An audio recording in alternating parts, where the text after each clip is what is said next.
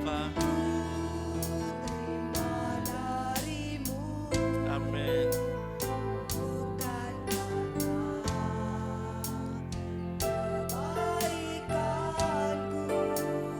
Hanya oleh kasih karuniamu Kau pulihkan aku. Layakanku Tuhan.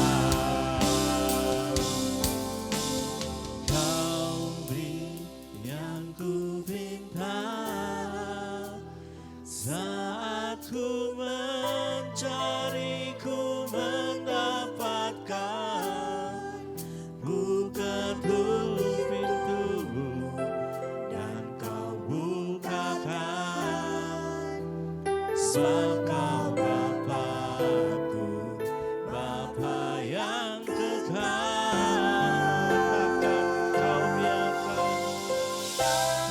Saya undang Bapak Ibu untuk bangkit berdiri bersama-sama. Aku melangkah hanya sendirian, Kau selalu ada.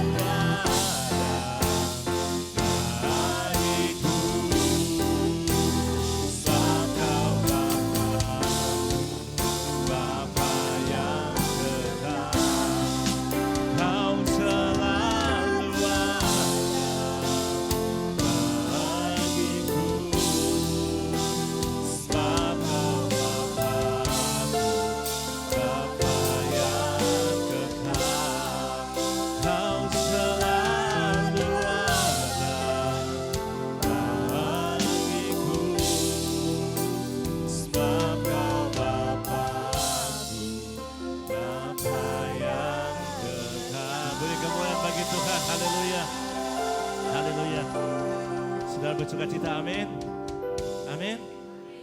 Yang merasakan kasih Tuhan selama seminggu, lambaikan tangan.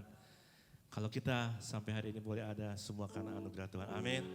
Biar bumi akan berlalu, biar bulan akan semuanya, tapi kita tetap Tuhan di depan kita, amin. Haleluya.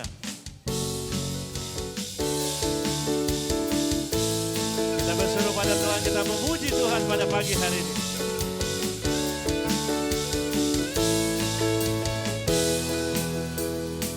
Biar bumi akan berlalu, biar bulan tak berjalan, bercahaya lagi, biar langit akan bergoncang, matahari tak bersinar lagi, tetapi Tuhan Yesusku tak pernah ingkar janji. Semua yang difirmankannya pasti akan digenapi. Katakan biar bumi akan berlalu, biar bumi bercahaya lagi, biar langit akan bergoncang, matahari tak bersinar lagi, tetapi Tuhan Yesusku tak pernah ingkar janji. Semua yang difirmankannya pasti akan digenapi.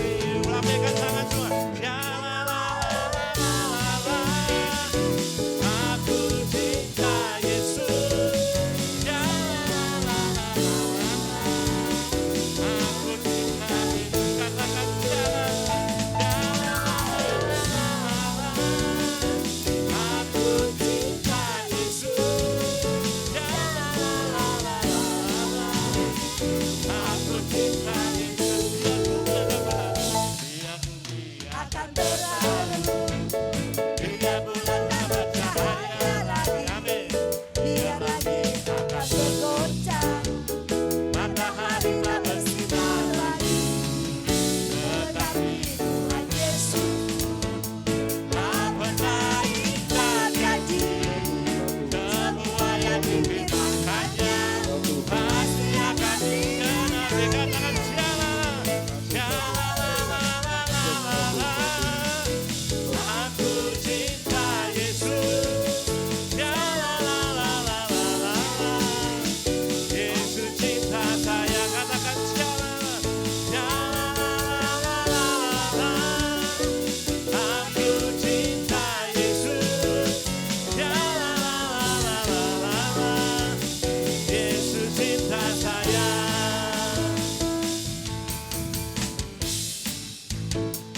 Dia bumi akan berlalu. Anak kasih Tuhan tidak pernah buat kita. Amin.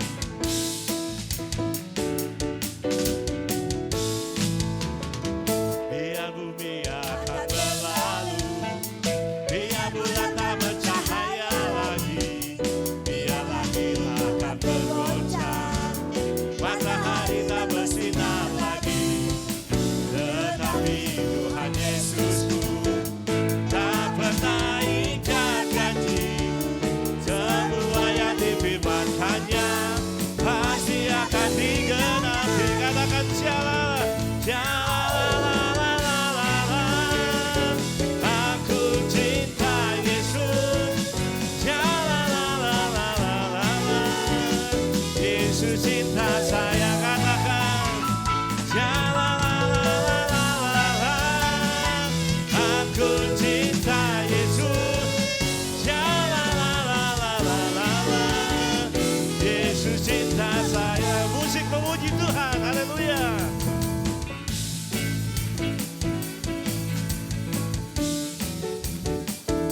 Yesus cinta saya buat kita semuanya.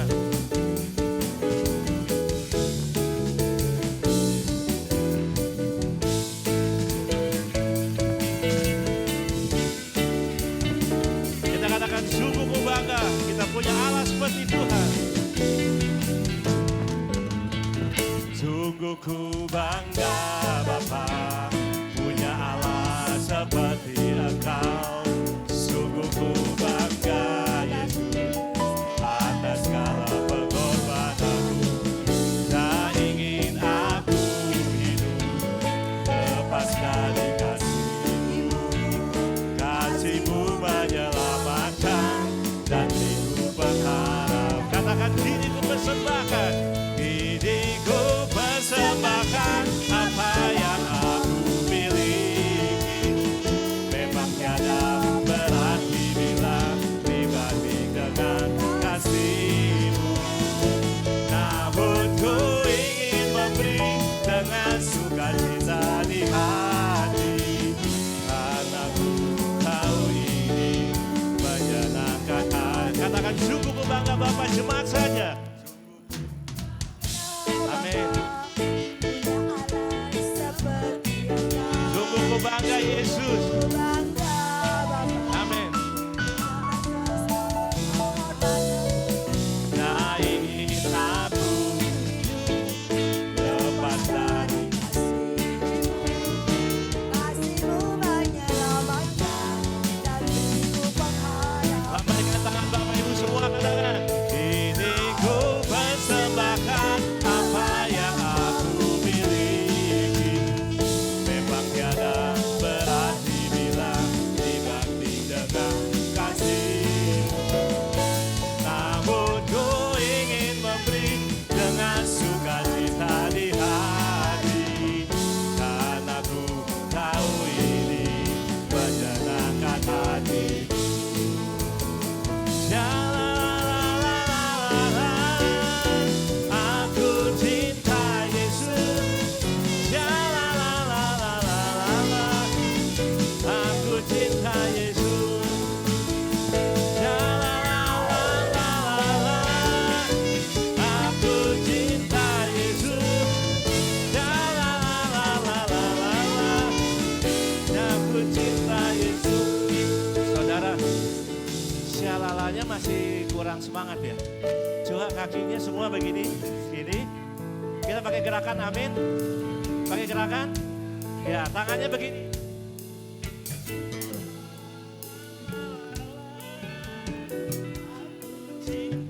Oke, coba.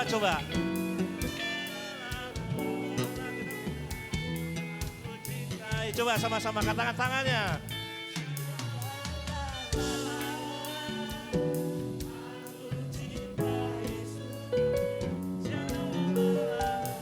Lebih keras lagi katakan tangannya. Aku cinta Yesus. Syalalala, syalalala. Aku cinta Yesus. Syalalala, yala. Yesus cinta saya. Syalalala, katakan. Syalalala, aku cinta Yesus. Syalalala, Yesus cinta saya. Yesus cinta saya. Katakan. Yesus cinta saya. Yesus cinta saya. Yesus cinta saya. Sekali lagi. Yesus cinta saya. Haleluya. Beri kemuliaan bagi Tuhan. Amin.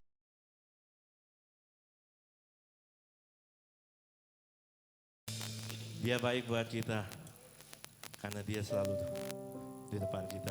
Dia selalu menolong kita. Dia selalu memimpin kita. Amin. Kita akan siapkan hati kita untuk mendengar firman Tuhan. Terima kasih Bapak.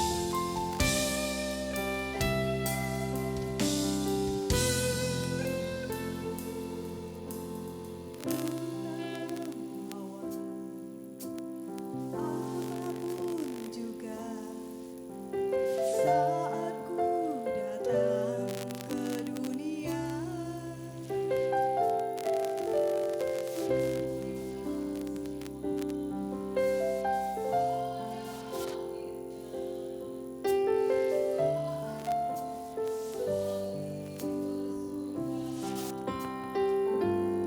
inilah yang ku punya, hati sebagai hamba yang mau taat dan setia padamu Bapa.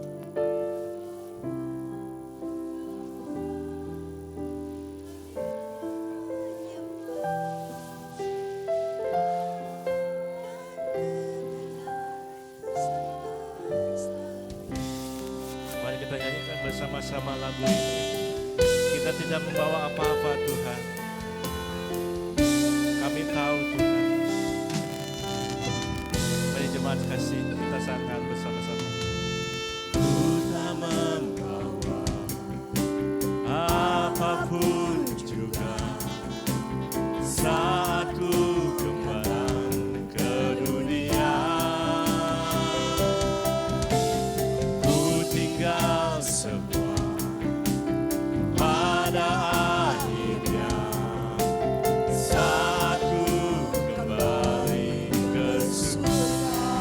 katakan, inilah yang ku punya, hati sebagai hamba yang mau taat dan setia padamu Bapa.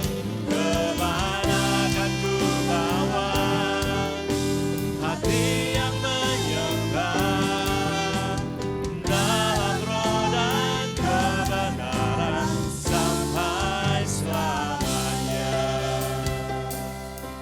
Amin Tuhan.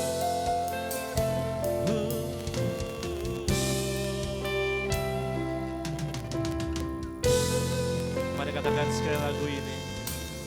Ku tak membawa apapun juga saat ku datang ke dunia. Ku tinggal semua pada akhirnya saat ku kembali ke surga. Inilah yang ku punya, hati sebagai hamba yang mau taat dan setia padamu Bapa. Kemana akan ku bawa hati yang menyembah dalam roh dan kebenaran sampai selamanya. Inilah yang ku punya, hati sebagai hamba yang mau taat dan setia padamu Bapa. Amin Tuhan.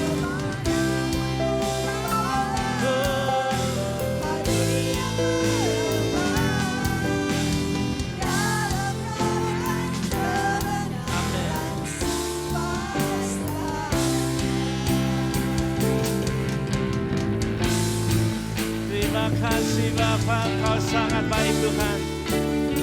Kami bangga mempunyai Allah seperti Engkau Tuhan. Amin. Kami mau seperti-Mu Yesus Tuhan. Kami mau seperti-Mu Yesus Tuhan. Mari katakan, ku mau seperti-Mu Yesus Tuhan.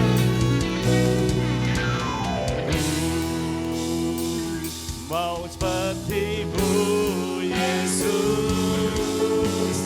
disempurnakan selalu dalam setiap jalanku, memuliakan nama. Katakan, ku mau seperti-Mu Yesus. Mau seperti-Mu Yesus. Ya udah Bapak Ibu bangkit diri bersama-sama. Sempurnakan selalu dalam setiap jalanku, memuliakan nama-Mu.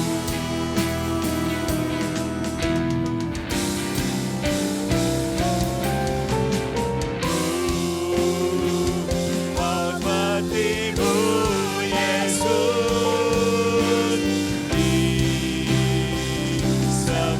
disempurnakan selalu dalam setiap jalanku,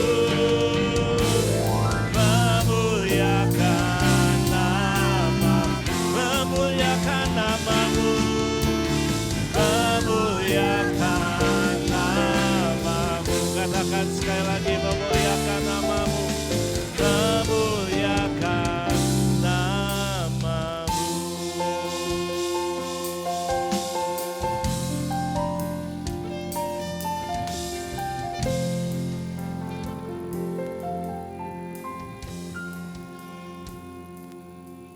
Terima kasih. Hari ini kita membahas tema tentang hidup yang semakin singkat. Nanti di tengah saya memberikan ilustrasi.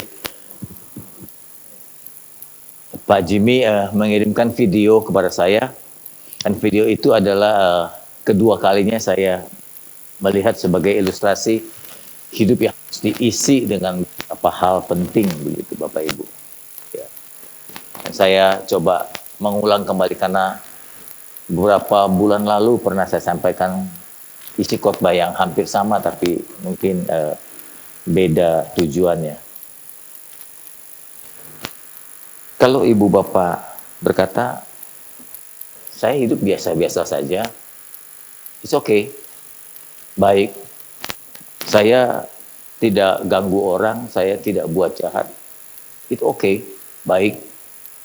Saya kerja biasa-biasa saja, juga baik, baik. Saya ibadah tiap minggu, juga baik. Tapi menurut saya itu belum cukup. Belum cukup karena belum cukup bekal kalau nanti Tuhan panggil pulang. Saya justru mengkhawatirkan gaya hidup seperti ini, gaya hidup yang pasif. Tidak menyiapkan diri untuk bekal kehidupan yang akan datang. Kita tidak perlu munafik bahwa hidup ini hanya berhenti di sini, tapi hidup ini berkelanjutan. Baru tadi malam saya kembali ibadah penghiburan atau ibadah malam kembang. Hari ini di kremasi mungkin. Itu ayah dari jemaat di Palem. Saya yakin Bapak Ibu punya pengalaman yang sama, bahwa seringkali kita tanpa diundang tentu kita datang. Menjadi langganan buat kita. Ada kedukaan, kita hadir. Kedukaan itu kita disadarkan sebetulnya. Oh, hidup itu tidak boleh diam. Hidup bukan cukup kerja cari makan, menyambung nafkah. Hidup bukan tidak orang lain, tapi hidup harus berbuat sesuatu sebagai pembekalan. Seperti yang pernah saya katakan, jangan sampai nanti di akhirat atau setelah kematian ada cuma penyesalan. Saya pernah berkata kepada saudara, jutaan orang yang sudah berpulang sampai di sana menyesal karena merasa tanda kutip tidak berbuat apa-apa dalam hidup ini. Dan yang bukan adalah kita kesempatan balik. Kita tidak punya kesempatan kedua untuk balik dalam hidup ini, mengulang, mengisi kehidupan ini. Bapak, sekali lagi, hidup itu bukan hanya untuk menjadi kaya, menjadi populer. Tapi semua harus sadari bahwa hidup ini ada kelanjutannya. Dan menjadi pertanyaan, apakah untuk kehidupan yang berkelanjutan itu kita sudah menyiapkan bekal?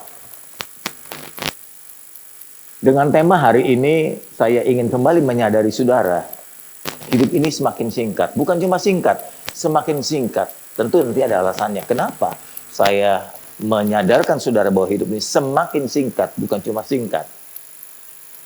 Nah, untuk hidup yang tersisa ini, kita untuk mulai memilih prioritas. Nih, mana-mana saja nih pekerjaan yang harus mengisi sisa hidup saya ini. Saya membawa ilustrasi. Ada toples plastik transparan, ada bola pingpong, ada pernik-pernik, ada kelereng. Itu sebagai benda-benda ilustrasi yang akan mengisi toples ini sebagai kehidupan kita. Ayo kita mulai dengan nasihat Paulus di dalam 2 Korintus 4 ayat 16 sampai 18. Sebab itu, kata Paulus, kami tidak tawar hati. Kami tidak kecewa. Kami tidak jadi putus asa atau menjadi pasif. Tapi meskipun sekalipun tubuh lahiriah kami, dia mewakili teman-teman juga seperjuangannya, semakin merosot. Saya rasa ini bukan cuma dialami Paulus, dialami oleh kita juga. Dan sebagian dari kita rata-rata jantungnya sudah di ring. Saya tidak menubuatkan, tapi mungkin tahun-tahun berikutnya akan lagi bertambah jemaat kita yang jantungnya harus diring jika punya asuransi atau pakai BPJS. Kalau tanya lu kok bisa diring, makannya sehat, sekolah olahraga, ada banyak faktor. Saya dengar dari dokter Utoyo kurang lebih ada 8-9 alasan mengapa orang mengalami penyumbatan atau plak. Ya, faktor pertama genetik, keturunan. Saya punya teman pendeta juga di Tomang, itu semua sehat, tapi di genetiknya dia punya pembuluh darahnya tidak lurus, agak sedikit kelok gitu. Keriting disebutnya kalau oleh istri sehingga dokter. Nah, keriting itu menyumbat terjadinya beberapa plak di dalam tikungan-tikungan pembuluh darahnya. Kedua, merokok. Ketiga, suka begadang. Keempat, malas berolahraga. Kelima, makannya berlebihan yang menyebabkan plak muncul. Plak kan bisa dijadikan karena kolesterol dan itu kalsium. Yang kalsium keras, yang kolesterol agak lunak. Plak itu ibu bapak jangan bayangkan ini pembuluh darah lu plak ada di sini, enggak. Plak itu di bawah kulit, di bawah lapisan dari pembuluh darah. Yang saya tahu begitu lihat dari gambar, dia muncul seperti bisul, seperti jerawat gitu. Jadi nggak mungkin bisa disodok atau dibersihkan. Kalau dibersihkan malah robek kulit pembuluh darah itu. Setahu saya begitu. Jadi mau tidak mau adalah dibalon, kan dimekarkan sehingga plaknya itu jadi tergencat. Kemudian diganti balonnya dengan ring. Ring itu bukan kayak cincin begini satu, tapi ring itu seperti per, ibu bapak. Pernah lihat per pulpen? Nah itu begitu. Jadi sehingga pembuluh darah terbuka lagi, darah dapat mengalir dengan baik. Setahu saya gitu, kalau keliru ya tolong diperbaiki. Dan itu sebabnya tadi. Jadi suka merokok, begadang, tidak rajin olahraga, makan berlebihan banyak lemak, kalsium, apalagi alkohol. Itu rupanya membuat pembuluh darah jadi lain-lain ada 9. Jadi nggak cuma 1, Bapak Ibu. Dan itu sebagai akibat dari kemerosotan tubuh. Kalau orang-orang muda jarang begitu. Yang sudah di atas 40-50 itu mulai bermasalah. Waktu plak muncul. Tapi ada juga yang tidak. Ya, ini mungkin genetik ya. Nah, kami tidak tawar hati. Walaupun kami mengalami kemerosotan tubuh. Terus dia berkata, ada penghiburan lain, yaitu manusia batinia kami dibaharui. Tiap-tiap hari. Jadi Paulus ini tidak diam Bapak Ibu. Tidak hanya kerja, dia buka tenda, dia jual tenda, dia cari makan, dia melayani. Dia aktif. Diperbaharui manusia rohaninya. Nah, Anda berpikir begitu enggak? Itu yang menjadi pertanyaan. Kita kan seringkali cuma memperhatikan manusia tubuh ini, jasmani aja. Dari makan kita, ya kulit kita, ya rambut kita. Itu yang kita perhatikan. Tapi rohani kita, batin kita nggak diperhatikan. Seminggu sekali ke gereja itu nggak cukup. Itu dengan Abra. Abra itu menu tiap hari untuk membantu pertumbuhan manusia rohani, Bapak Ibu. Itu pun tidak dibaca. Sudah sampai di mana kita baca Abra? Ini sih bagus, diperbarui sih. Tapi kita diperbarui nggak motifnya? Sudah sampai di mana bilangan ya? Bilangan berapa? Saya cuma nguji aja sih, padahal saya belum baca. Udah baca belum Bapak Ibu? Katanya belum nih, cuma 10% ya. Itu membantu membarui manusia batin kita. Lalu ayat 17, sebab penderitaan ringan yang sekarang ini akibat kemerosotan tubuh itu, Anda dan saya nggak bisa menghindar. Sekalipun dokter pun yang tahu kesehatan, tahu mengobati tubuhnya, juga mengalami kemerosotan dan mengalami penderitaan tubuh. Mengerjakan bagi kami, ya bagi yang memperbaiki batin, tentu sekalipun menderita, ada pekerjaan kekal. Pekerjaan kekal itu mempersiapkan bekal tadi. Dan persiapan bekal itu melebihi segala-galanya, termasuk daripada kita mencari nafkah. Daripada kita mengumpulkan kekayaan. Jauh lebih besar dari penderitaan kami kalau dibanding begitu. Penderitaan ini nggak bisa dihindari. Semakin Anda tua, penderitaan semakin banyak. Saya bicara dengan jemaat di Palem, kalau ibu bapak punya orang tua yang sudah tua, siap-siap ya. Bukan menyumpahi, siap-siap kalian akan bawa mundar-mandir mama papa ke rumah sakit. Dia akan mundar-mandir. Satu kali dia akan dirawat, satu kali dia akan hilang, dia akan pergi. Tinggalkan saudara. Saya baru saja di jalan tadi dapat ide khotbah, mempersiapkan diri untuk mengalami kehilangan. Di dunia ini kita tidak selalu bisa memiliki, tapi juga harus siapkan bahwa kita akan kehilangan. Dari mulai kehilangan benda tertentu sampai kehilangan orang yang kita cintai. Harus siap itu. Itulah dunia. Karena dunia itu tidak panjang. Maksud saya, segala sesuatu yang ada di dunia, yang mengisi dunia ini tidak akan panjang. Nanti Musa akan menuliskannya bagi kita. Sebab itu, nah kesimpulan ayat 18. Melihat keadaan tadi soal merosotnya tubuh dan penderitaan, kami tidak memperhatikan yang kelihatan. Nah, kita sebaliknya justru.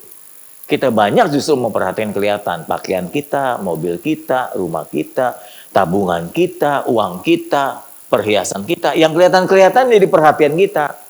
Padahal yang kelihatan itu tidak kekal, cuma sifatnya sementara. Kami justru memperhatikan yang tidak kelihatan. Yang tidak kelihatan seringkali tidak jadi prioritas buat kita. Apalagi orang dunia, nggak pernah diingatkan. Cari cian terus aja. Orang Tionghoa apalagi, pagi-pagi buta, mata melek. Ya dulu ya, sekarang apalagi sama. Udah buka toko, mata melek lalu toko melek.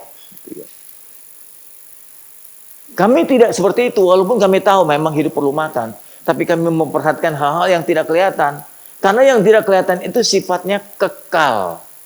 Nah, yang kelihatan bukan setan. Yang tidak kelihatan itu bukan masalah soal roh gitu kan. Yang tidak kelihatan itu yang tidak biasa kita genggam. Yaitu iman kita, kasih kita, pelayanan kita, jerilah kita. Memenangkan jiwa-jiwa. Itu yang tidak kelihatan. Bapak Ibu. Itu kekal.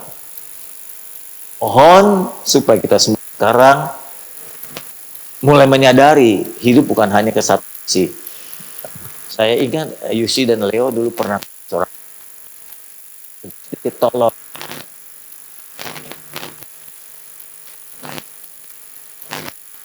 Ekstrimnya uang itu bikin orang.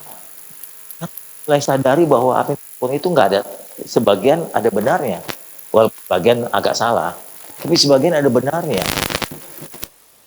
Kita anggap orang yang punya kekayaan, lalu bagi-bagi kekayaan itu tolol gitu kelihatannya ya, bodoh.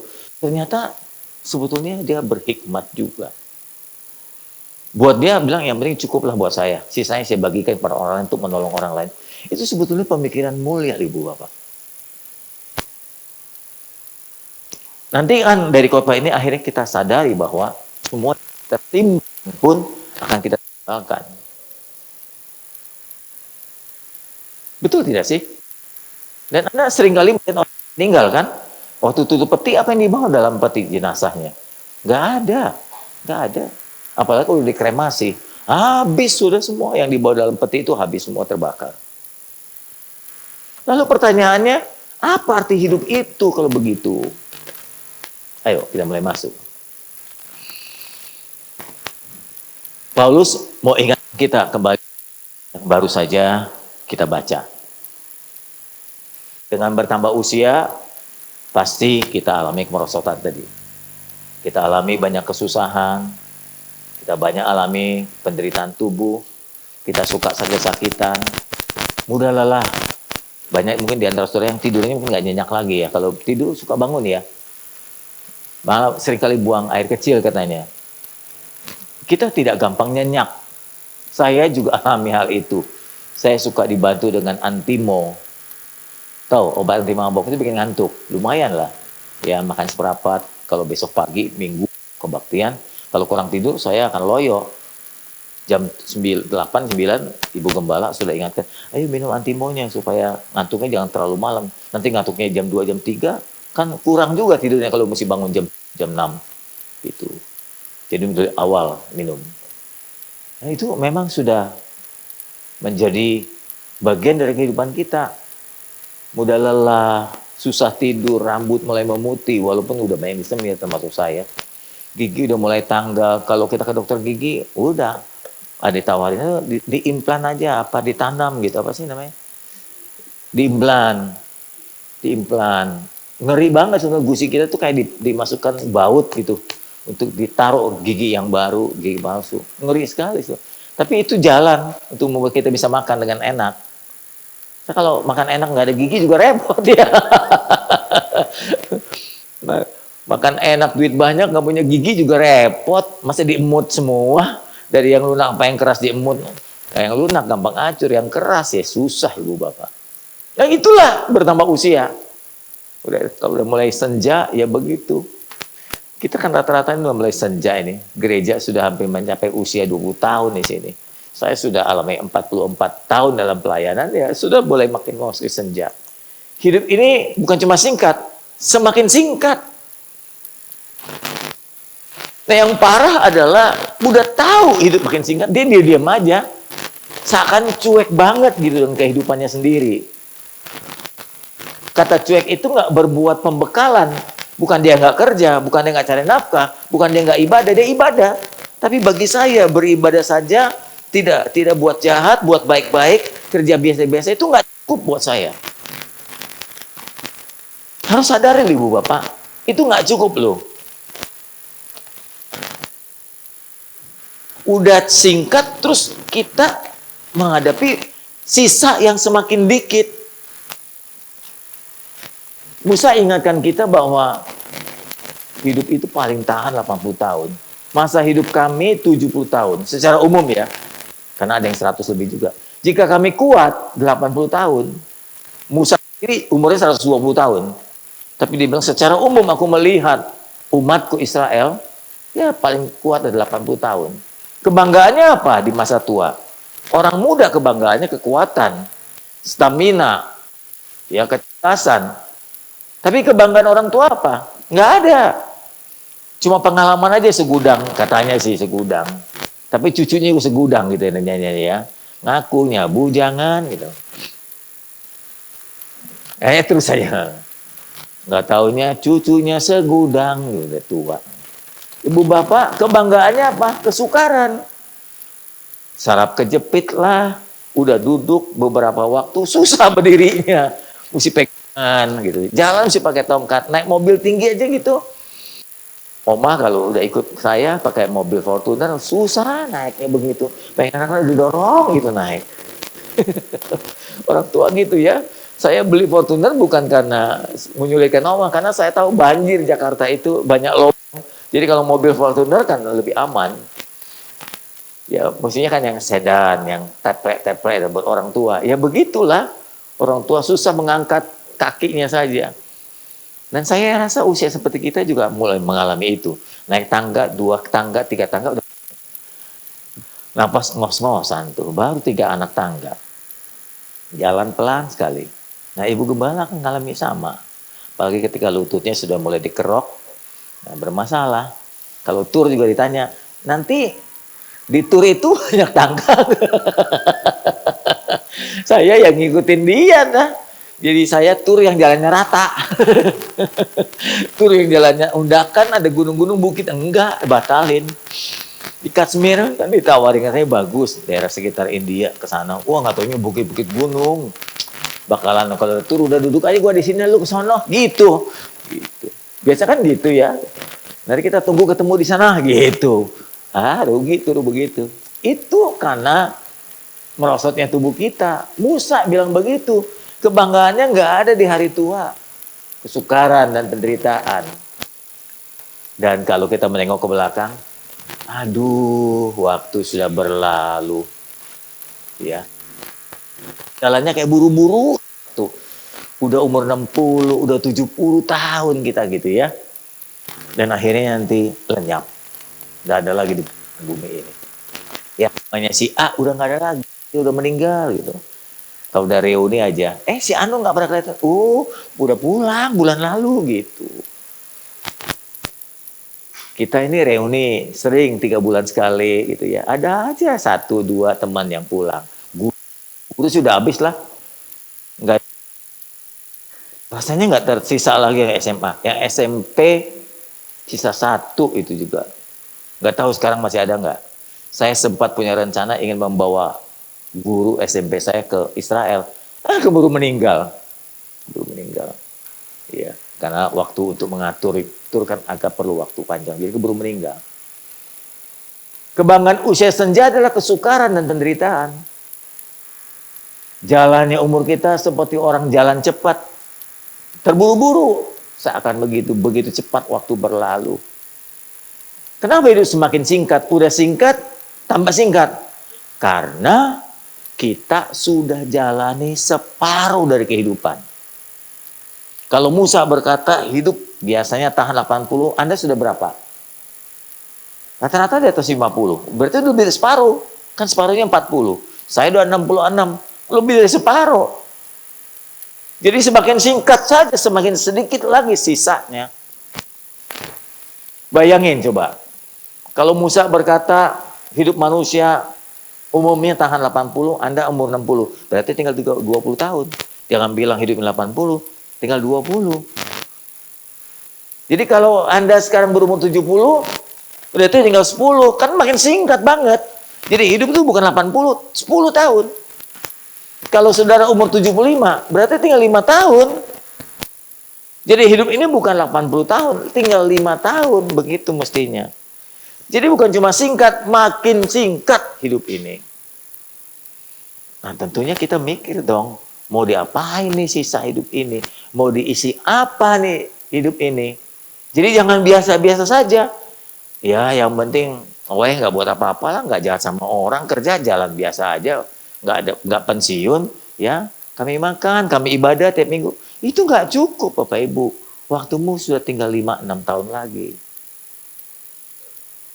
Banyak orang cuek dengan hidup ini. Bahkan di rumah duka pun saya lihat mereka nggak pernah membicarakan kehidupan loh. Saya suka pindah ke bangku ini, nggak pernah bahas soal gimana nanti setelah mati ya. Gimana kalau kita nanti seperti yang di situ ya, yang di peti mati ya. Gimana ya setelah kematian ini di sana ya. Lalu tanggung jawab kita, jarang yang bahas begituan. Sambil makan kacang ya ngomong soal bisnis, ngomong ini, ngomong itulah.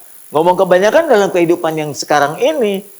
Nggak pernah bicara nanti di akhirat seperti apa. Cuek orang. Ya. Padahal kalau Anda mau jujur, tubuh saudara itu sudah memberitahu. Kalau saya sudah mulai agak pusing-pusing sedikit, nah ini ada yang nggak beres dengan tubuh saya nih. Kebetulan di rumah saya beli alat untuk cek tekanan darah. Apa yang merek Osron ya? Osron ya. Omron. Kok ada Osron, ada Omron, ada Combro. Ya Omron. Kan itu bisa cek sendiri tuh ya. Yang digital. Enak itu. Ya, lihat, mesti 2 kali, 2-3 kali saya cek itu. Waduh, 140, 90. Matiin dulu. Ntar kira-kira berapa menit, cek lagi. Gitu. Biasanya 2-3 kali, lalu kita ambil rata. Tahu tekanan kita naik. Penyebabnya apa? Kurang tidur gitu. Itu loh. Nah itu memberi tanda. Tubuh kita sebetulnya banyak bicara. Cuma kita budak aja. Aduh, saya kan pernah alami itu. Sakit di sini. Diemin aja. Sakit di sini sebelum diring dulu kan. Saya diem aja, saya juga nggak ngomong sama Bu, sakit. Cuma minum aja, sakit minum aja. Kita nggak punya pengalaman waktu itu tentang ring itu, tentang serangan jantung. Setelah main badminton, wah itu parah tuh, serangannya hebat banget. Keringat banyak banget muncul, badan udah nggak enak itu, nggak enak gimana ya? Meriang gitu, kok nggak seimbang tuh, terus bawahnya ngantuk banget, gitu, pala pusing, kok dada rasanya kayak sesek gitu, kayak ditindih gitu, itu rasanya sih. Kata Pak Utoyo, kalau orang sudah mengalami serangan jantung, dia bisa merasakan. Beda dengan otot. Otot kan juga bisa hampir kayak serangan juga, tapi bukan. Ya, saya, Pak Rudi, Pak Erwan, siapa lagi yang pernah, si Antoni, pernah alami itu. Pasti tahu tuh apa yang serangan jantung. Anda yang belum pernah alami itu, nggak bisa bedain. Kurang jeli. Nah itu sebenarnya tubuh kita memberikan tanda. Kamu jantungmu kurang oksigen tuh, gitu. Otakmu kurang oksigen, kenapa? Ada plak menyumbat, kamu biarkan selama ini. Dan itu udah jalan 6 bulan lebih loh waktu serangan di dada saya tiap kali menjelang tidur. sakit itu? Sebenarnya biasa paling cuma otot, kan saya sekolah olahraga. Ternyata bukan, Bapak Ibu. Tubuh kita memberikan tanda bahwa tubuh kita, hidup kita sudah tua. Ya, tubuh ini nggak bisa tahan lama. Mungkin satu kali dia berkata, sayang, saya nggak bisa tahan lagi loh, gitu. Saya nggak bisa tahan lagi loh. Nggak lama lagi kita harus pulang. Ya, roh dan jiwamu harus keluar dari tubuh ini, kan tubuh ini akan lapuk, akan layu, gitu. Tubuh akan memberitahu kepada kita nanti. Paulus saja pernah menuliskan itu di tubuh, di dalam Alkitab. Waktu kematianku sudah mulai tiba, dia tahu tubuhnya nggak bisa tahan lama untuk menahan umur ini. Jadi gimana? Isi hidup ini dengan hal-hal prioritas. Jadi artinya prioritas itu, ini loh yang diutamakan, ini loh yang dipentingkan, ini yang persatukan, itu arti prioritas. Jadi kalau Anda sedang lapar, prioritasnya apa? Makan. Kalau Anda lelah, flu, prioritasnya apa? Tidur. Flu bukan cuma obat. Obat itu membantu, tapi tidur adalah prioritas.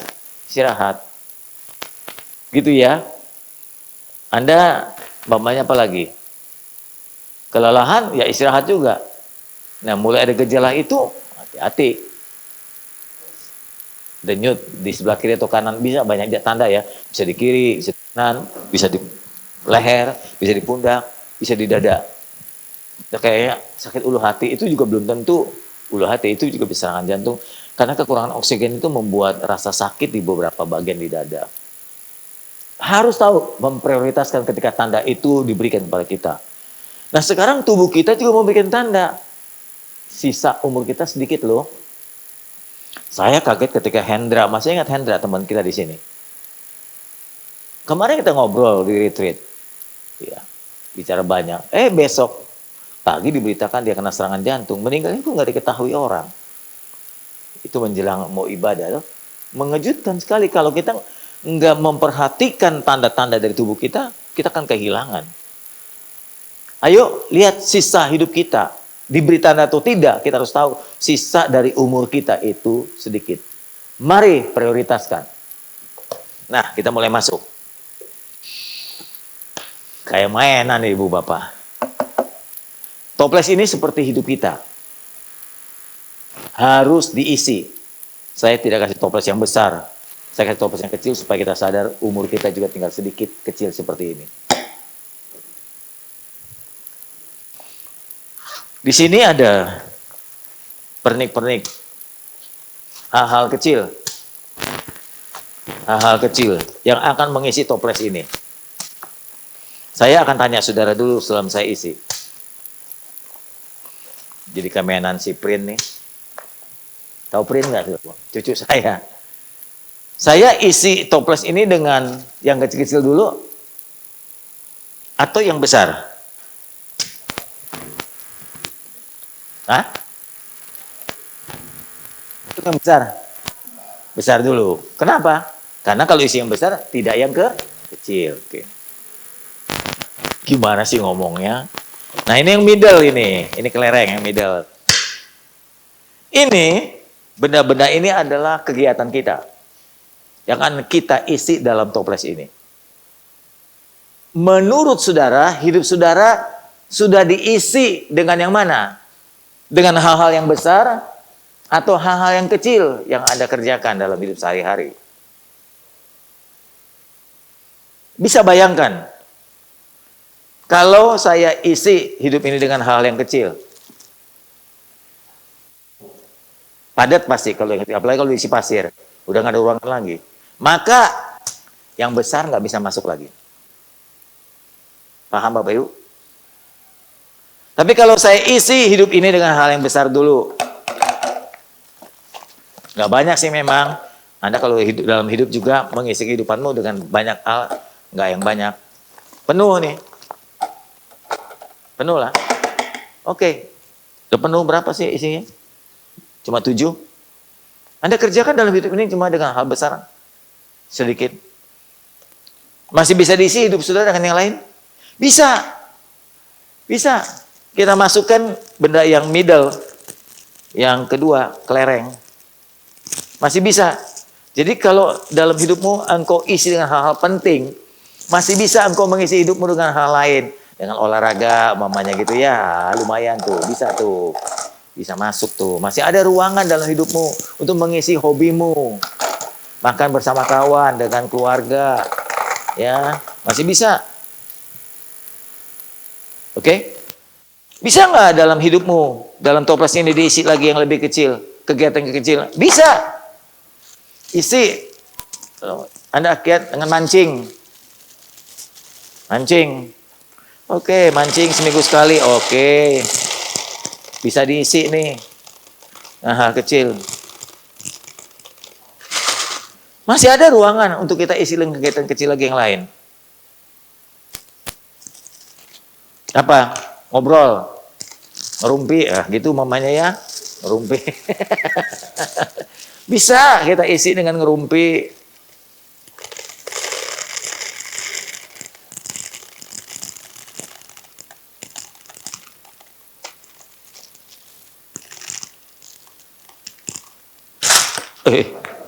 Wah, hebat juga tuh. Masih bisa kita isi lain? Oh, bisa. Apa Ibu Gembala? Nongki. Ibu Gembala suka nongki nih. Ayo kita isi dengan nongkrong sambil ngopi. Gitu. Bisa. Isi apa? Soccer. Oh iya. Masih diisi. Dengan nongki, main bola. Kan banyak kegiatan tuh.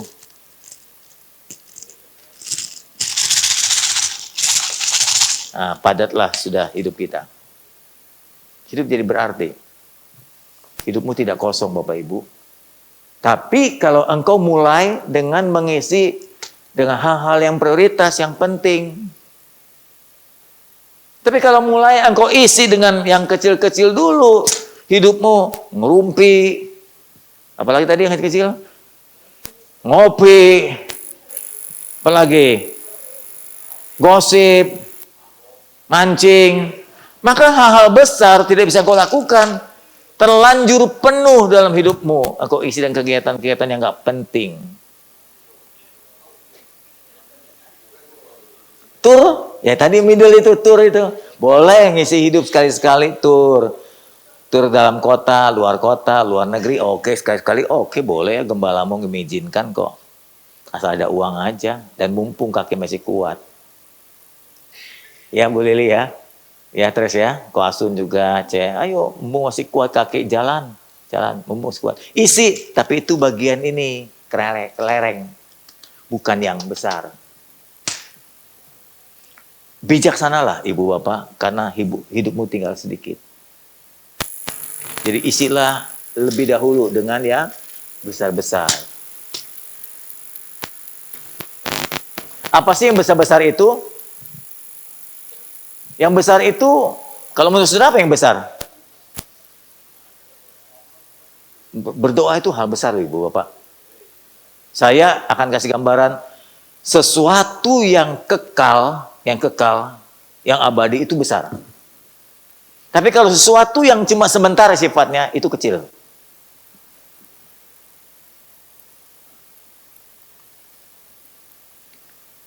Jadi bola itu hal-hal penting. Nah, pikirkan baik-baik apa yang Alkitab bilang tentang hal penting itu. Doa, penginjilan, mengabarkan orang supaya selamat tidak binasa, itu hal besar. Hal besar itu nggak bisa dibayar sama uang. Nggak bisa.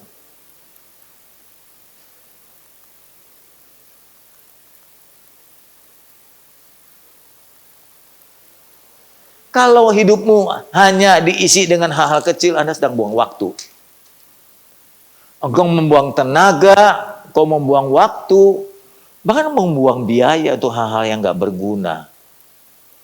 Ketika kau mengisi kehidupan untuk doa, oh saya nggak sempet loh, gitu. Udah janji sama teman, udah gini-gini. Hidupmu yang sudah penuh itu nggak bisa diisi lagi dengan hal-hal yang penting. Rugi. Jadi hidupmu hanya dipakai tenagamu, uangmu, waktumu hanya untuk hal yang kecil-kecil. Tuhan bilang sia-sia.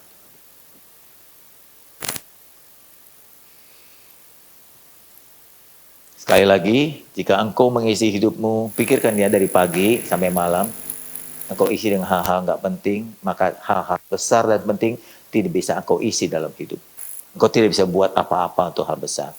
Dengan kata lain, pembekalan hidupmu gagal. Padahal sisa umurmu tinggal sedikit lagi.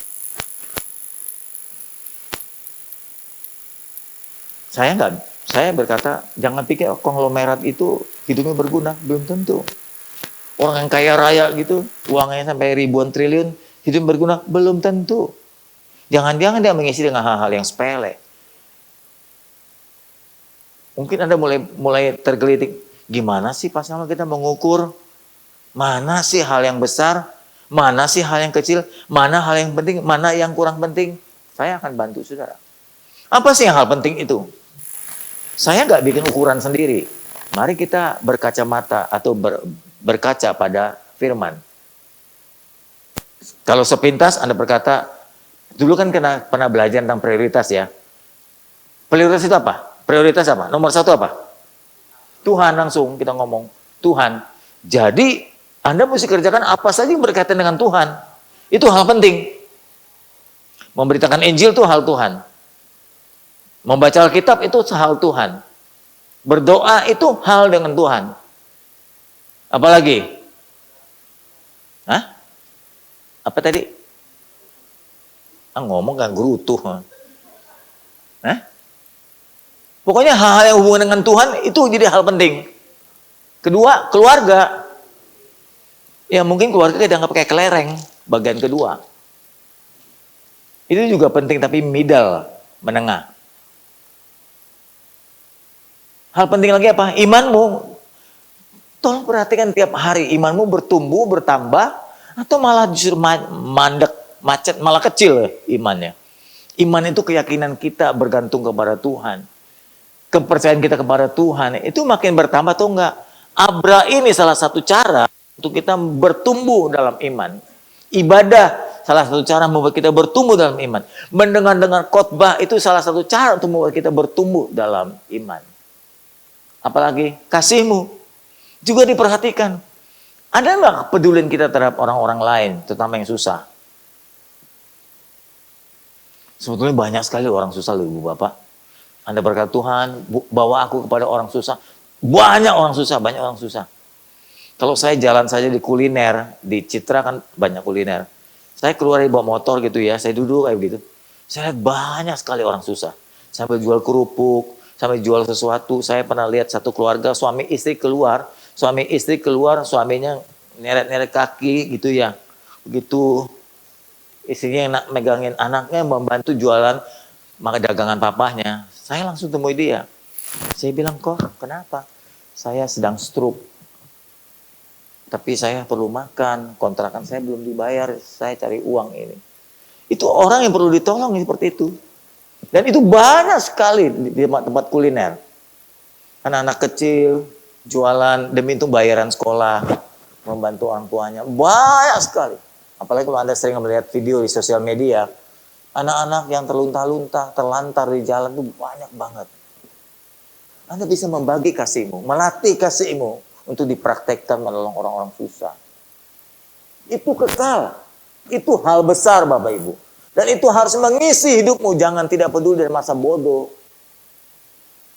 Kekristenan bukan hanya saya Kristen ke gereja. Enggak loh. Kekristenan juga mempraktekkan kasih yang Tuhan sudah alirkan, bagikan, ajarkan kepada kita. Jadi lelahmu. Jadi lelah itu ya tadi di dalam Tuhan, bukan di luar Tuhan. Saya jadi lelah, lu ngapain? Tupok. Bukan jadi lelah itu mah. Memang jadi lelah, tupok itu kan mikir, banting kartu ya. Kalau jadi lelah, tapi bukan dalam Tuhan.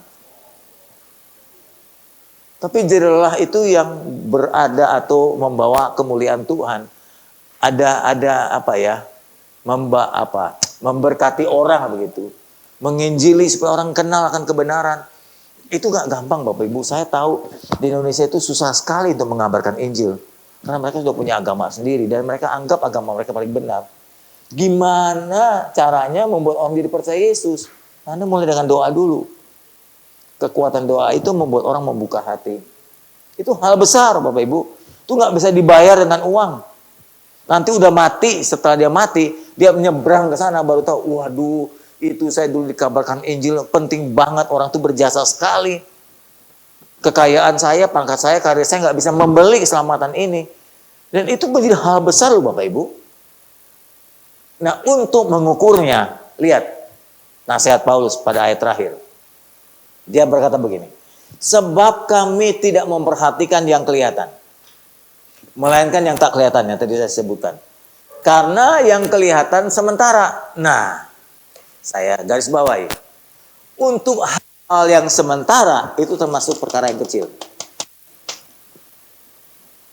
Itu hal kecil Bapak Ibu. Maaf ya, saya tidak meremehkan harta benda saudara. Kalau yang sifatnya sementara, itu hal kecil. Yang gampang hilang, gampang kita tinggalkan, gampang kita buang, nggak bisa kita genggam selamanya, itu hal kecil. Jadi kira-kira apa hal-hal yang sementara itu? Yaitu yang kelihatan, kan tadi disebutkan. Jadi ini membantu merumuskan apa hal kecil, apa hal penting, dan apa yang tidak penting. Yang kelihatan itu hal kecil, sifatnya sementara, dan itu bisa ditinggal. Jadi apa saja yang bisa ditinggalkan, nggak perlu diperjuangkan setengah mati. Boleh berjuang tapi nggak perlu diperjuangkan. Umpamanya maaf ya, Anda punya kekasih tapi dia nggak setia, nggak usah diperjuangkan. Kalau dia mau meninggalkan kita, udah nggak usah ditinggal, nggak usah diperjuangkan. Setuju? Iya, senyum saja, punya pengalaman dia. Ya. Kalau punya suami juga nggak baik, nggak setia, nggak usah diperjuangkan. Kalau dia nggak setia, carilah aku karena aku setia, gitu kan. Kita nyanyiannya kan gitu. Pilihlah aku jadi pacarmu, itu yang setia. Kalau nggak setia, udahlah nggak usah diperjuangkan.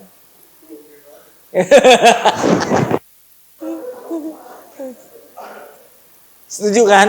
Setuju. Ngapain buang waktu? Ngapain buang tenaga untuk hal-hal yang nggak bisa kita miliki, yang nggak bisa kita bawa mati? Itu yang kelihatan. Apa yang kelihatan itu? Mobilmu kelihatan. Mobilmu akan rusak juga. Di atas 15 tahun dia akan jadi barang tua, besi tua. Mobilmu bisa dicuri. Waktu engkau mati, mobilmu tidak akan ikut dikuburkan. Nah, itu sementara. Itu hal kecil. Mobil itu hal kecil, katanya besar badan. Barangnya besar, harganya mahal. Tapi itu termasuk barang-barang kecil. Bukan berarti dibuang. Boleh ada, tapi nggak usah digenggam. Kuat-kuat. Rumahmu juga. Satu kali akan ambruk, di atas 30 tahun rumah akan ambruk, harus direnov. Bahkan mungkin kalau kebakaran habis, dan kalau kau mati, tidak akan ikut dikuburkan. Itu ukurannya yang namanya hal-hal kecil yang mengisi hidupmu. Boleh miliki rumah, tapi tidak boleh digenggam kuat-kuat. Depositomu juga sama. Saya mau ingatkan sekali lagi, maaf ya, tidak ada maksud apa-apa. Jangan sampai tertipu dengan investasi bodong. Kalau ada tawaran, ayo simpan uang segini, saya kasih bunga segini. Sekarang udah mulai muncul lagi nih, katanya sih dari satu asuransi, saya juga belum terlalu percaya sih. Bisa sampai dapat 20%, 15-20% loh bunganya. Per bulan. Saya bilang sama yang menjual, bro, maaf ya jangan ditawarkan di gereja ya. Karena menurut saya nggak masuk akal loh kasih bunga 15-20% per bulan. Deposito aja berapa? 6% setahun loh ibu bapak. Ini sebulan. Dia dagang apa tuh? Uang itu diolah seperti apa kok bisa sampai bunga begitu besar? Iya betul Kosun. Kosun udah pengalaman banget, nipu itu. Hati-hati. Mereka kumpulkan, mungkin bulan pertama dibayar dengan baik. Dengan uang yang Anda titipkan itu dibalikin lagi sebagian. Nanti udah kumpul banyak, 3 bulan, bulan ketiga dia lari. Bodong sudah. Saya bilang jangan sampai menyebabkan penjualan kita, orang lain semua jadi ikut menderita. Itu investasi bodong, tawaran bunganya tinggi. Jadi kalau Anda dengar ada tawaran lebih dari bunga bank berlebihan, tolak aja dah. Bank tuh udah memikirkan soal bunga supaya perusahaan itu berjalan terus. Jadi kalau ada orang menawarkan bunga lebih dari 6%, akan sebulan lagi. Kalau bank kan setahun, dibagi 12 lagi itu. 6 dibagi 12 berapa? Cuma setengah, 0,5. 0,5 ditawarkan ini 6%, ini malah 15%, 20%. Pasti bodong.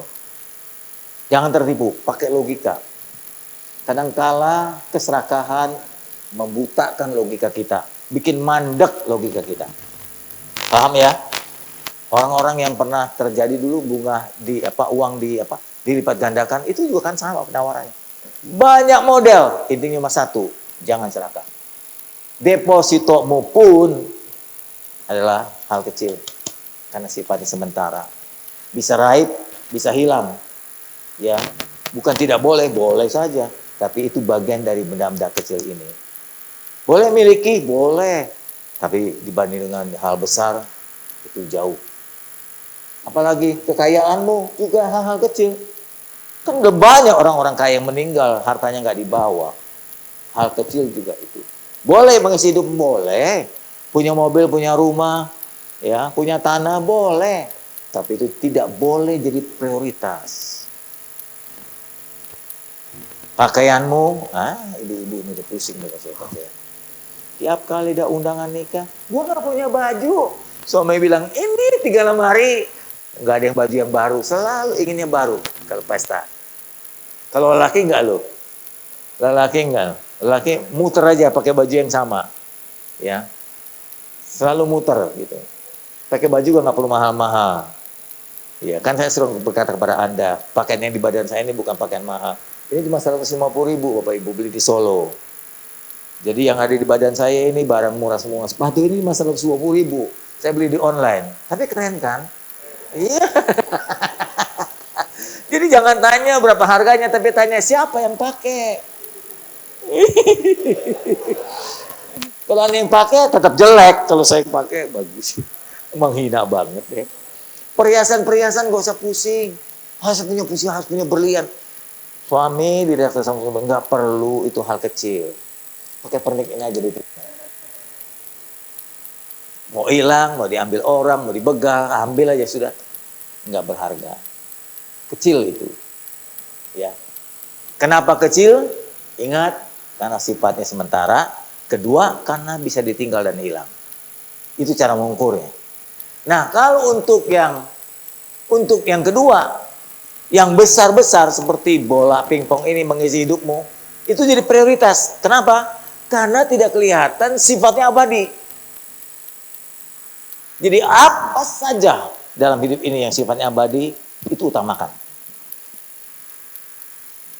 Kedua, ketika kita mati itu kita bawa terus. Nah, jadi apa yang kita perjuangkan selama ini kita bisa bawa terus, itu prioritas, itu penting. Kalau suamimu setelah kau mati bisa kau bawa juga, itu penting. Suami kita mati, itu suami kita ikut serta, yuk sekalian mati yuk bareng yuk. Nah, itu penting. Tapi kalau lu mati, gua hidup, gitu. Nah, itu nggak begitu penting. Kan ada istilah kita sehidup semati, yang satu hidup, yang satu mati. Maka saya berkata keluarga ya termasuk bagian menengah lah. Kalau yang bisa kau bawa sampai abadi, itu penting, itu besar. Pertanyaannya, apakah selama ini hidupmu sudah kau isi dengan hal-hal penting dah? Bijaksanalah ibu bapak. Saya tidak melarang hal-hal kecil untuk mengisi hidupmu. Boleh saja, tapi belajar memprioritaskan. Contoh saja yang gampang. Waktu liburan panjang, ini panjang loh ya. Ini apa kemarin ya? Minggu lalu ya. Minggu lalu Anda mesti kebaktian ya? Luar biasa loh. Kenapa kebaktian? Karena nggak ada yang ngajak, ya. Karena nggak ajak tur, nggak ada yang ngajak ke pulau, nggak ada yang ngajak ke puncak. Kedua, mau cen. Nggak punya duit, jadinya akhirnya beribadah. Tapi salut kalau Anda bisa beribadah. Nah, sering kali kita suka ada di persimpangan jalan. Ini waktu liburan nih, saya pergi keluar kota tuh saya beribadah. Nah ini kan bisa memprioritaskan mana yang paling penting. Mana yang cuma middle. Mana yang kelereng-kelereng kecil. Ada hal-hal kecil saja. Mana yang engkau utamakan. Untuk hal yang tidak kelihatan, memang tidak kelihatan. Imanmu tidak kelihatan, ibadahmu tidak kelihatan. Jerih payahmu tidak kelihatan. Mengabarkan Injil, menangkan jiwa-jiwa tidak kelihatan. Tapi itu abadi. Itu abadi. Setelah mati pun engkau bawa sampai di seberang sana. Saya yakin banget ketika nanti kita pulang, Tuhan gak tanya lagi, berapa sih hartamu yang kau kumpulkan selama ini? Tuhan gak bakal tanya. Berapa depositomu? Berapa banyak berlian yang kau kumpulkan selama hidupmu? Tuhan pernah tanya itu. Saya yakin banget. Tapi Tuhan bertanya, apa yang sudah kau lakukan untuk penginjilan? Berapa orang yang telah kau jelaskan tentang pengorbananku? Berapa banyak orang yang sudah percaya melalui hidupmu supaya mereka tidak binasa? Itu mungkin ditanyakan kepada saudara. Kau siap menjawabnya enggak? Jadi lihat dan perhatikan bagaimana hidupmu saat ini dengan sisa hidup yang tinggal sedikit lagi Bapak Ibu. Kalau saya 80 tahun berarti tinggal 14 tahun lagi kita kumpul di sini. Kalau saya sampai 80 tahun, karena umur saya sudah 66 tahun. 14 tahun lagi kita bersama-sama beribadah, melayani, mencari jiwa dan seterusnya. 14 tahun lagi. Maka dari sisa 14 tahun ini, baik kita isi dengan hal-hal yang prioritas dan penting. Isilah dengan hal-hal besar. Kalau dulu berapa puluh tahun lalu Anda cuek, abai, masa bodoh. Sekarang jangan lagi.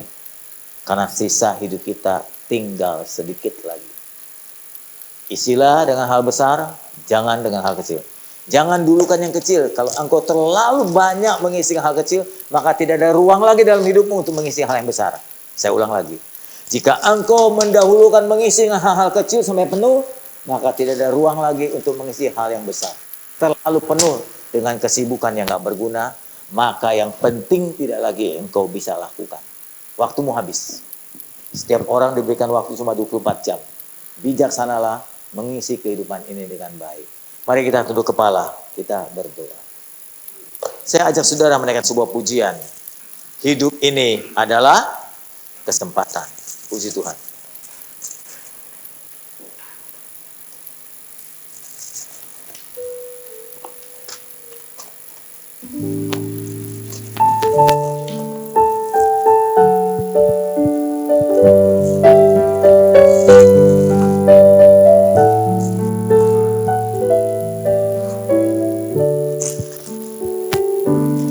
Hidup ini adalah kesempatan. Hidup ini untuk melayani Tuhan. Jangan sia-siakan waktu yang Tuhan beri. Hanya sementara. Hidup ini adalah kesempatan. Hidup ini untuk melayani Tuhan. Jangan sia-siakan waktu yang Tuhan beri. Hidup ini hanya sementara. Oh Tuhan, apalah hidupku.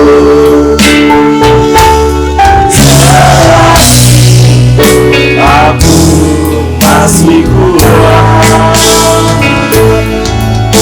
Inilah saatnya nanti Tuhan menghayati hidup ini. Sudah jadi berkat. Saya teringat dengan seorang kawan, dia adik kelas saya. Dia meninggal dunia usia 40-an lebih. Saya datang menengoknya ketika dia menderita sakit. Dia mengalami kanker di bagian samping dari bawah perutnya. Nggak tahu kenapa kanker itu muncul. Makin lama makin besar dan membahayakan dirinya. Ketika dia dengar nyanyian ini, dia berkata, ini gua banget, dia bilang.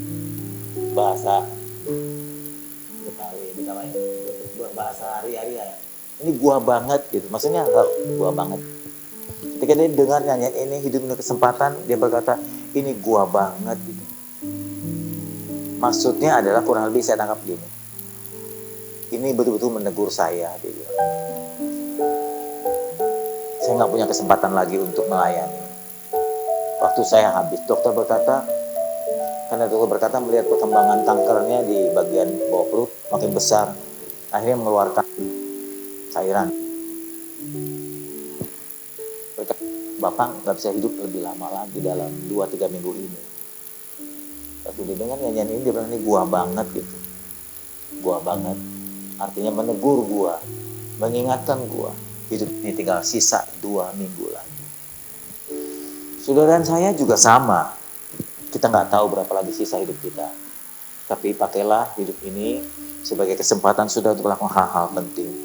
Prioritaskan supaya Anda menjadi bijaksana. Kita bangkit berdiri. Hidup ini adalah kesempatan. Hidup ini untuk melayani Tuhan. Jangan sia-siakan waktu yang Tuhan beri. Hidup ini Ada adalah sementara. Oh Tuhan, pakailah hidupku Selagi aku masih kuat,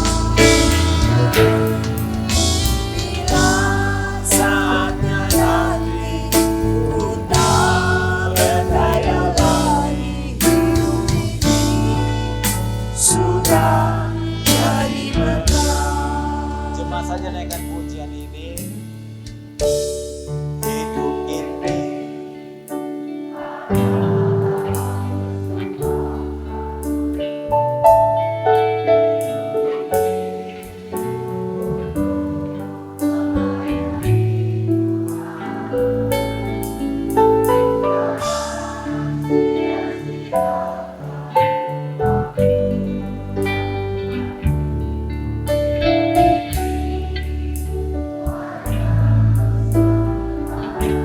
bait kedua. Hidup ini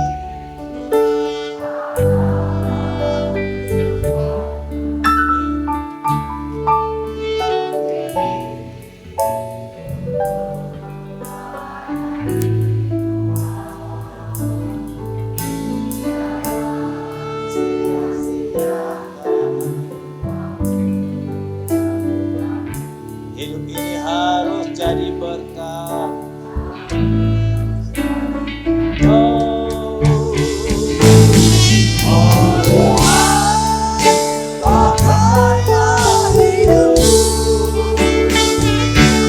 selagi aku masih kuat. Bila saatnya nanti ku tak berdaya lagi. Hidup ini sudah jadi berkah. Saatnya nanti ku tak berdaya lagi.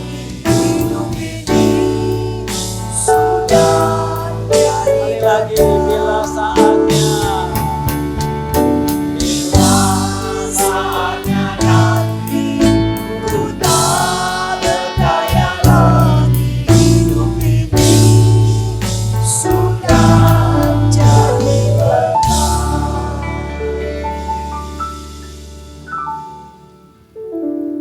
Mari kita masing-masing koreksi diri. Selidiki diri kita. Sudahkah kita mulai memprioritaskan hal-hal penting untuk mengisi hidup kita? Mari isilah hidup saudara dengan hal penting. Jangan cuma diam, cuma kerja biasa, hanya ibadah seminggu sekali. Tapi berbuatlah lebih yang kita bisa bawa sampai ke seberang sana. Yang bersifat abadi, yang kita lakukan disukai dan berkenan di hati Tuhan. Jangan hanya melulu mengutamakan, membuang waktu untuk hal-hal yang sementara. Walau kerja penting, cari makan penting, mengumpulkan uang penting. tapi tidak bisa akan dibawa serta. Tidak abadi untuk hal itu. Coba berpikir dan pilih, cari hal-hal yang lebih penting dari itu yang dapat kita bawa dalam keabadian. Bijaksanalah, toples kehidupanmu tersisa sedikit lagi. Waktumu untuk berkarya, berbuat juga tersisa sedikit lagi. Dalam waktu yang sedikit ini, pakailah untuk diisi dengan hal-hal penting, bola-bola besar, pekerjaan yang berharga dan dihormati Tuhan. Bijaksanalah, karena kita tahu, kita punya akal untuk berpikir mana yang membawa keuntungan abadi dan mana yang cuma sifat sementara. Tuhan tolong kami, bantu kami. Sambil kami mengisi dengan benda-benda kecil dalam kehidupan kami, ingin mengisi bekal hidup kami dengan hal-hal besar. Bantu kami untuk membangun iman kami, membagi kasih kami, mempraktekkan kasih kami, melayani Tuhan, mengabarkan Injil kekal, terbanyak orang selamat. Karena bagi kami tidak hanya cukup jadi Kristen, beribadah seminggu sekali, tapi kami ingin bagikan berita baik ini kepada semua orang. Terutama mulai dari rumah kami, saudara-saudara kami, famili kami, agar mereka kenal dan percaya Yesus. Terima kasih Tuhan, Engkau sudah ingatkan dan ajarkan kami hari ini untuk mengisi kehidupan dengan baik. Dalam nama Yesus kami sudah berdoa. Amin. Silakan duduk Bapak Ibu. Terima kasih Pak Samuel atas firman Tuhannya. Biarlah hidup ini kita pakai untuk memuliakan nama Tuhan. Amin. Mari kita siapkan hati kita untuk memberikan terbaik buat pekerjaan Tuhan. Saya minta yang membawakan kantong persembahan.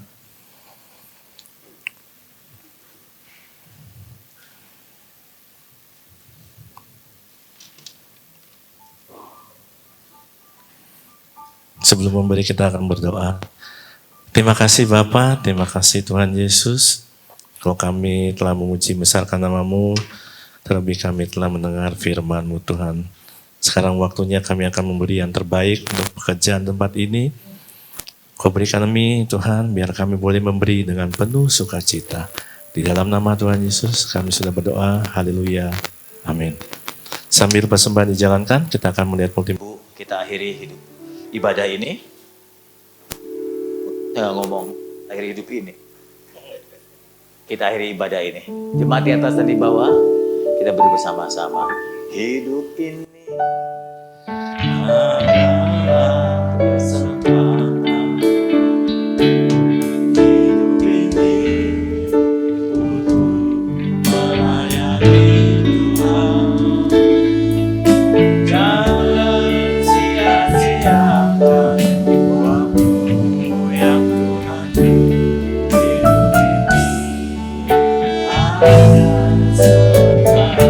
Oh Tuhan,